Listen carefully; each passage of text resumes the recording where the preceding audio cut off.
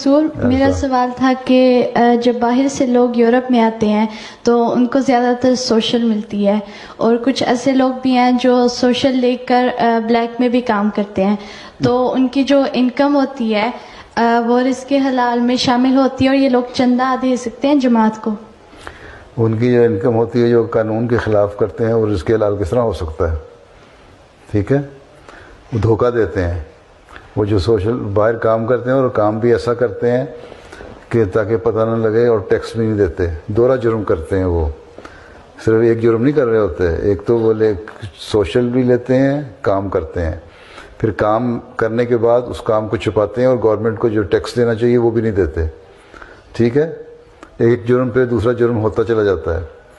تو پھر ایسے لوگوں سے چندہ کیوں لیا جائے؟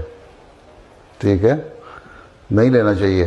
ان سے کہو یا تو جو تم نے سوشل چھوڑو، اور اگر تم سمجھتے ہو کہ تمہاری انکم اتنی نہیں ہے کہ تم گزارا کر سکو تو پھر جتنا تم کماتے ہو اس پہ تو ٹیکس دو، اور باقی سوشل والوں کو بتاؤ کہ میری انکم اتنی ہے، جو دوبارہ میرا بقایا خرچہ اس کو کمپنسیٹ کرے گورنمنٹ اپنا سوشل دے کے. اور دوسرے ملکوں میں ہوتا ہے وہ کاٹ لیتے ہیں جتنا انکم تمہاری ہے.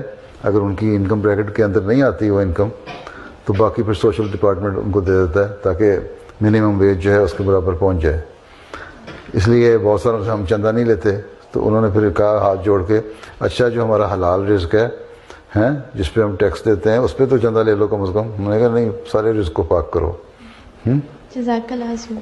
ٹھیک ہے، ہم کوئی چندہ ہم نے کوئی اس لیے نہیں لینا کہ ہمیں پیسوں کی ضرورت ہے. ٹھیک ہے، اللہ تعالیٰ کی جماعتوں کو ترقی کے لیے اور دنیا میں اب چلنا ہے تو ہر ایک چیز پیسے سے چلتی ہے، لیکن اللہ تعالیٰ نے پھر بھی کہا ہے کہ پاک رزق جو ہے نا وہ خرچ ہونا چاہیے دین کے لیے.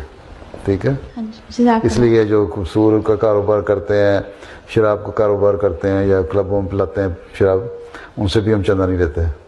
ان کی مجبوری ہوگی. قرآن شریف میں لکھا ہو نا اگر تم بھوکے مر رہے ہو تو سور کھا سکتے ہو، تو تم وہ تو سور کا کام کر کے سور کھا سکتے ہیں، اس لیے کہ ان کے لیے مجبوری ہے، بھوکے مر رہے تھے.